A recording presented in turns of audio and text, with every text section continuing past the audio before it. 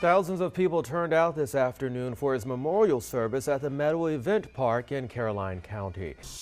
New information tonight regarding the death of another fireman. Funeral arrangements have now been made for the former Richmond Fire Marshal. Former Battalion Chief David Creasy passed away Sunday from cancer. He had been a firefighter for more than 50 years. Visitation will be held Sunday at the Morissette Funeral Home on Iron Bridge Road. Creasy's funeral will be Monday at 11 at Victory Tabernacle Church. That's off Genito Road in Midlothian. There's definitely a chill in the air. Oh yeah, can you feel it? And rumor has it that chill is expected to stick around. Meteorologist Jim Duncan is here now. Jim, it's fall here to stay. That's right. And you know how rumors are. Sometimes they're true. You can't always trust them. Right. All right, break out those jackets if you haven't already. A Norfolk mother says she is responsible for the death of her special needs daughter. LaToya Smith pled guilty to second-degree murder and felony child abuse charges. Her 11-year-old daughter, Heaven Watkins, died at a home in May. The young girl had autism and cerebral palsy. The medical examiner determined she was killed by blunt force trauma to the head and torso. Smith will be sentenced in January. Her boyfriend, DeMont Harris, is expected to plead guilty to the same charges next month. Thank you, Andy. Today, President Trump awarded the Medal of Honor to a Vietnam War veteran. The Marine fended off numerous attacks as he and his fellow troops moved down a highway to aid friendly forces. He even scaled the wall at a compound hospital twice to aid wounded Marines, all while in full view of the enemy. A student at an Orange County high school has contracted tuberculosis. Now we're waiting to hear whether other students may have been exposed. Today, a health official from Richmond visited that high school to determine which rooms and areas were exposed. Then students and teachers will be notified if they need to be tested. While TB is contagious, a student would need to be exposed to that disease for more than 120 hours in order to contract it. People need to be appropriate. Now, the symptoms for TB include coughing up blood, fever, fatigue, chest pain, even night sweats and loss of appetite. TB is also very rare. There were only 200 cases last year in Virginia. That's out of a population of more than 8 million. And later, Vice President Pence is making his way to Richmond this weekend. We'll have the details of his arrival and how you can see him. New Life Center has been at work for decades, but as the opioid crisis grows, they are now working harder than ever before. Here's Jasmine Turner. Amazing story there, Jasmine. If you or someone you know is struggling with addiction, you can find this story on NBC12.com, and there will be resources for help.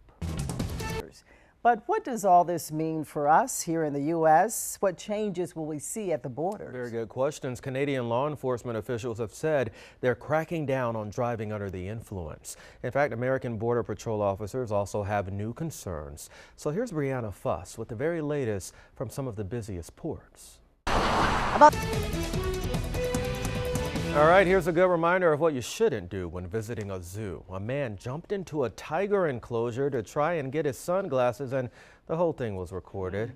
Go ahead, take a look. This is cell phone video of the zoo visitor on the wrong side of a 42-inch safety railing.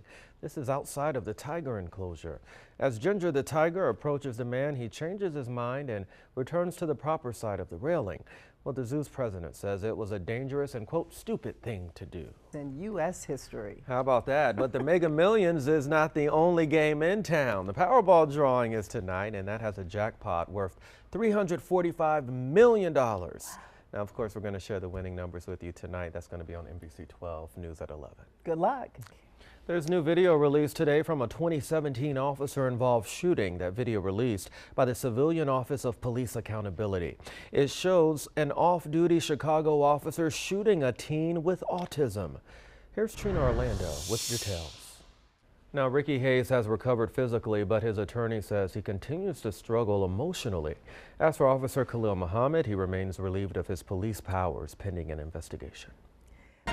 Welcome to the sports desk now. Louisiana State University will have to pay a $100,000 fine for letting its football fans storm the field after Saturday's big win. The SEC announced the fine Monday, 2 days after the LSU Tigers upset the Georgia Bulldogs at home. LSU's president says the university didn't have much of a choice. Letting the students onto the field. LSU's athletic director says the university agrees on-field celebrations, they aren't always safe. Louisiana Congressman Garrett Graves set up a GoFundMe page to help LSU pay that fine.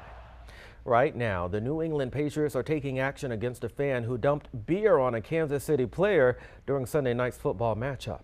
The 21-year-old man reportedly splashed beer onto Kansas City Chiefs receiver Tyreek Hill after he scored a touchdown. Now he's banned from all future events at Gillette Stadium. He will also be charged with disorderly conduct and throwing an object at a sporting event. He had clear indication. When asked about the event, Hill took the high road, telling the Boston Globe, quote, "My coach told me, don't get emotional. Don't get mad about it because it comes with the territory." All right, let's face it, there have been a lot of stories of destruction and devastation coming from Florida and Georgia following Hurricane Michael just last week. But tonight, a story of positivity. But they will be adoptable soon. Wow. I bet some good homes are ready for them to come on in. Yeah, and they're all such cutie pies. Thanks a lot for joining us for Fox News at 10. Remember to get all your news, weather, and traffic right here tomorrow morning at 7 a.m. on Fox Richmond. Make it a great night.